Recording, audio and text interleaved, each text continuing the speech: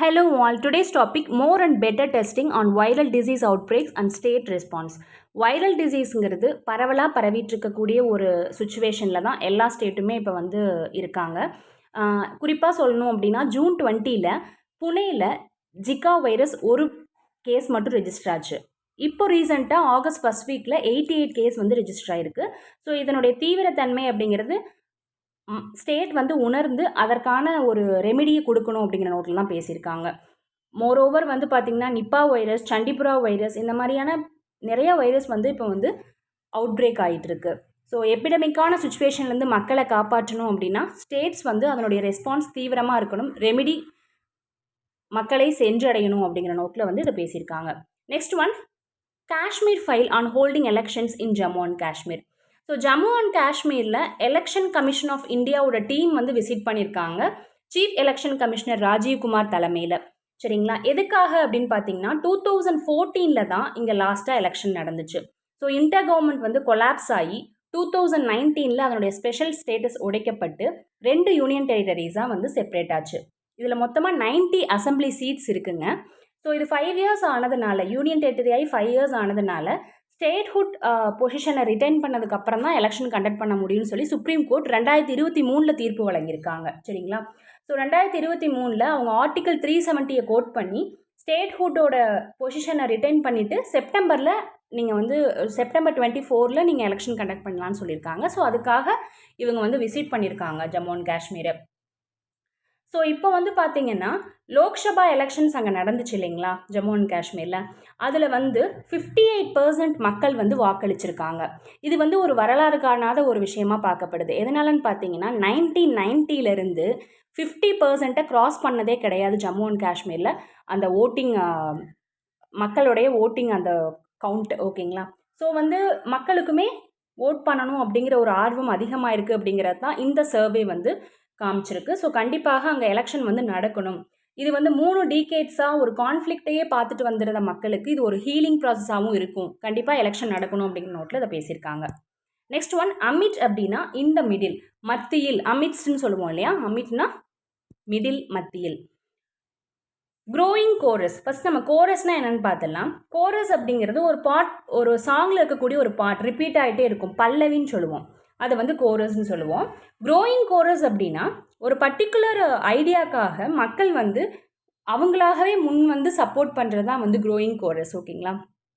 ஒரு particular thought ஐடியாவுக்கு எல்லா பீப்புளுமே வந்து முன்னாடி வந்து தன்னுடைய கருத்துக்களையும் ஆதரவுகளையும் தெரிவித்து அதுக்கு சப்போர்ட் பண்ணுறது தான் க்ரோயிங் கோரஸ். பைஃபகேட் உங்களுக்கே தெரியும்ல, டிவைட் ஆகிறது, செப்பரேட் ஆகிறது தான் வந்து பைஃபகேட். ஸ்கிராப்டு அப்படின்னா ஒரு விஷயம் தேவையில்லை, நமக்கு நான் நீட் இல்லைன்னு சொல்லிட்டு அதை தூக்கி போட்டுறது தான் வந்து ஸ்கிராப்டு. சரிங்களா? கெட் ரிட் ஆஃப் சம்திங் அப்படின்னா ஒன்றை ஒழித்து கட்டுதல், நமக்கு தேவையில்லைன்னு ஒழித்து கட்டுறது தான் ஸ்கிராப்டு.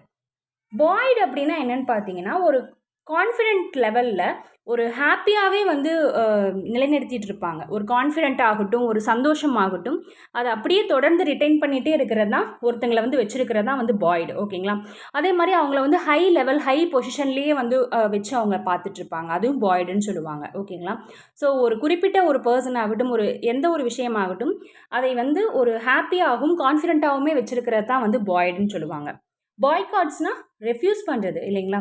ஒரு நம்மளுடைய ஸ்ட்ராங்கான டிஸ்அப்ரூவலை வெளிப்படுத்துறதுக்கு மறுக்கிறது தான் வந்து பாய்காட், புறக்கணிப்புன்னு சொல்லுவோம். என்தூசியாசம் அப்படின்னா இன்ட்ரெஸ்டாக இருக்கிறது, எக்ஸைட்மெண்ட்டாக இருப்போம் இல்லையா? அதுதான் வந்து என்தூசியாசம். சப்சர்வியன்ட் அப்படிங்கிறது என்னென்னு பார்த்தீங்கன்னா ஒரு விஷயத்தை விட ஒன்று வந்து லெஸ் இம்பார்ட்டண்ட்டாக இருக்கிறத சப்சர்வியன்ட்னு சொல்லுவோம். அதே மாதிரி ஒபே பண்ணுறதுக்கு ரெடியாக இருப்பாங்க, பணி உடையவங்களாக இருப்பாங்க இல்லையா? மிகுந்த பணி உடையவங்களாக இருக்கிறவங்களையும் நம்ம சப்சர்வியன்ட்னு சொல்லுவோம். ஸோ ஒரு விஷயம் வந்து ஒன்றுக்கு கீழ்ப்படிந்து இருக்கிறவங்க, அதாவது ஒருத்தவங்களுடைய இம்பார்ட்டன்ஸ்லேருந்து லெஸ் இம்பார்ட்டண்ட்டாக பார்க்கப்படுறவங்க கம்பேரிட்டிவ்லி, அவங்கள வந்து சப்சர்வியன்ட். அதே மாதிரி மிகவும் பணிவுடையவங்களை ஒபே பண்ணுறதுக்கு ரெடியாக இருக்கிறவங்கள சப்சர்வியன்ட்னு சொல்லுவோம். விம்ஸ்னால் ஒரு சடன் ஐடியா வரும் இல்லைங்களா, ஒரு விருப்பம் வரும் இல்லையா, அதுதான் வந்து whims. Next one, kick of அப்படிங்கிறது ஸ்டார்ட் பண்ணுறது, எஸ்பெஷலி ஃபுட்பால் சொல்லலாம். அதே மாதிரி ஏதாவது ஒரு ஈவெண்ட், ஆக்டிவிட்டி எதுவுமே வந்து தொடங்குறத வந்து கிக் ஆஃப்னு சொல்லுவோம். ஏலியனேஷன் அப்படின்னா ஒதுக்கி வைக்கப்படுதல், அந்நியப்படுத்தப்படுதல் தான் வந்து ஏலியனேஷன். ஆம்ப்ளிஃபைடு அப்படிங்கிறது ஒரு இன்க்ரீஸ் பண்ணுறது, ஒரு டீட்டெயில்ஸை இன்க்ரீஸ் பண்ணி அதை இன்னும் அதிகமாக எக்ஸ்பிளைன் பண்ணணும் அப்படிங்கிற நோக்கத்தில் நிறைவான விளக்கம் கொடுக்கணும் அப்படிங்கிற ஒரு நோக்கத்தில் இன்னும் டீட்டெயில்ஸ் அதிகப்படுத்துகிறோம் இல்லையா, அதுதான் வந்து ஆம்ப்ளிஃபைடு. சவுண்டு வகையில் அது வால்யூம் இன்க்ரீஸ் பண்ணுறதும் ஆம்ப்ளிஃபைடுன்னு சொல்லுவோம். எக்ஸ்ப்ளாய்டட் அப்படிங்கிறது என்னென்னு பார்த்தீங்கன்னா, அன்ஃபேராக ட்ரீட் பண்ணுவாங்க. ஒருத்தங்களுடைய ஓன் அட்வான்டேஜ்க்காக ஒருத்தங்களை அன்ஃபேராக ட்ரீட் பண்ணுறத எக்ஸ்ப்ளாய்டட்னு சொல்லுவாங்க. அதே மாதிரி ஒரு விஷயத்தை பெஸ்ட்டாக யூஸ் பண்ணிக்கிறோம் இல்லையா, அதையும் எக்ஸ்ப்ளாய்டட்னு சொல்லுவாங்க. ஒரு விஷயத்தை டெவலப் பண்ணுறதையுமே எக்ஸ்ப்ளாய்டட்னு சொல்லுவாங்க. ஸோ 3 மீனிங் இருக்குது. ஒருத்தங்களுடைய ஓன் அட்வான்டேஜ்க்காக ஒருத்தங்களை அன்ஃபேராக ட்ரீட் பண்ணுறது, ஒரு விஷயத்தை பெஸ்ட்டாக யூஸ் பண்ணிக்கிறது, உன்னை நல்லபடியாக டெவலப் பண்ணுறது, எல்லாமே வந்து எக்ஸ்ப்ளாய்டட். அவுட் பிரேக் அப்படின்னா சடனாக வந்து ஒரு விஷயம் ஸ்டார்ட் ஆகும், அதுவும் அன்பிளசண்ட்டான விஷயம் ஸ்டார்ட் ஆகும். டிசீஸாக இருக்கலாம், வயலன்ஸாக இருக்கலாம். இதை தான் வந்து அவுட் பிரேக்ஸ்ன்னு சொல்லுவோம். எபி சென்டருங்கிறது ஒன்றுமே கிடையாது. இப்போ ஒரு எர்த்தோட சர்ஃபேஸ் இருக்குன்னு வச்சுக்கோங்களேன், அதில் ஒரு எர்த் குவாக் நடக்குது அப்படின்னா மிகவும் ஸ்ட்ராங்காக ஃபெல்ட் பண்ணக்கூடிய ஏரியா இருக்குது இல்லையா, அதுதான் வந்து எபி சென்டர். இந்த இடத்துல எபி சென்டருங்கிறது எப்படி யூஸ் பண்ணியிருக்காங்கன்னா, ஸோ மிகவும் ஸ்ட்ராங்காக இருக்கிறது, ஸ்ட்ராங்காக ஃபெல்ட் ஆகிறது அப்படிங்கிற நோக்கிலேயே அதை எடுத்துகிட்டு வாங்க. ரொம்ப சென்டராக இருக்கிறது, சரிங்களா, அதாவது ஒரு மைய பகுதியாக மிகவும் முக்கியமானதாக. ஃபார் எக்ஸாம்பிள் ஒரு ஹியூமனில் ஹார்ட் எவ்வளோ முக்கியம், மையம், அந்த மாதிரியான ஒரு நிலையத்தான் எபி சென்டர்னு சொல்லுவோம், சரிங்களா, ரொம்ப முக்கியமானது.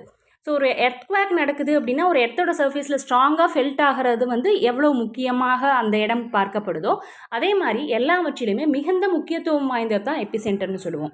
ஃபாலோ அப்புங்கிறது ஒன்றுமே கிடையாது. ஒரு செகண்ட் ஸ்டேஜில் டெவலப் ஆகிறது, கண்டினியூ ஆகிறது தான் வந்து ஃபாலோ அப், சரிங்களா. ஸோ ஒரு 2ஆம் நிலையில் தொடர்ந்து கண்டினியூ ஆகிறதாகட்டும் அல்லது டெவலப் ஆகிறதாகட்டும் ஃபாலோ அப்னு சொல்லுவோம். ரேம்ப்டு அப்படின்னா உங்களுக்கு தெரியும், ரேம்ப்னா சரிவு பாதையை ரேம்ப்னு சொல்லுவோம். அதே மாதிரி ரேம்ப்ட் அப் அப்படின்னா இன்க்ரீஸ் பண்ணுறது, ஒரு லெவலை வந்து இன்க்ரீஸ் பண்ணுறது தான் வந்து ரேம்ப்ட் அப்னு சொல்லுவோம். இன்ஸ்டியூட்டிங் அப்படிங்கிறது ஒரு விஷயத்தை இன்ட்ரடியூஸ் பண்ணுறது, ஒரு சிஸ்டமாக இருக்கலாம், ஒரு பாலிசியாக இருக்கலாம், ஒரு ப்ராசஸை ஸ்டார்ட் பண்ணுறதா இருக்கலாம், எல்லாமே இன்ஸ்டிடியூட்டிங். டீசென்ட்ரலைஸ்டு அப்படின்னா செவரல் அத்தாரிட்டிஸ் வந்து ஒரு விஷயத்தை வந்து கண்ட்ரோல் பண்ணுவாங்க. சிங்கிள் பர்சன் வந்து கண்ட்ரோல் பண்ண மாட்டாங்க, அத்தாரிட்டியாக இருக்க மாட்டாங்க, சரிங்களா. நிறையா பீப்புள், குரூப் ஆஃப் பீப்புளுடைய ஒரு அத்தாரிட்டி வந்து அங்கே ப்ளே பண்ணும், அதான் டீசென்ட்ரலைஸ்டுன்னு சொல்லுவாங்க. பேத்தோஜன் அப்படிங்கிறது ஒரு ஆர்கானிசம், ஒரு டிசீஸை அவங்களுடைய யார் மேலே அது இருக்கோ, அதாவது அந்த பர்டிகுலர் ஹோஸ்ட் மேலே பரப்புற டிசீஸை தான் வந்து பேத்தோஜன். ஒரு ஆர்கானிசம் ஒரு டிசீஸை கொடுக்குது அப்படின்னா அந்த ஹோஸ்ட்டுக்கு அவங்க தான் வந்து பேத்தோஜன். சீக்வன்சிங் அப்படிங்கிறது அரேஞ்ச் பண்ணுறது, உங்களுக்கே தெரியும், ஒரு விஷயத்தை அரேஞ்ச் பண்ணுறது பர்டிகுலர் ஆர்டரில் சீக்வன்சிங் சொல்லுவோம். அதே மாதிரி ஒரு மியூசிக்கை வந்து ப்ளே பண்ணுவோம் இல்லையா வித் சீக்வன்ஸருங்கிறது ஒரு ப்ரோக்ராமபிள் டிவைஸ். அதில் வந்து பார்த்திங்கன்னா மியூசிக்ஸ் எல்லாமே வந்து ஸ்டோர் ஆகிருக்கும், அதை வந்து சீக்வன்சரில் ப்ளே பண்ண சொல்லுவாங்க இல்லையா, அதையும் வந்து சீக்வன்சிங்னு சொல்லுவோம். Okay, tomorrow set in words learn பண்ணிக்கலாம். Thank you, have a nice day.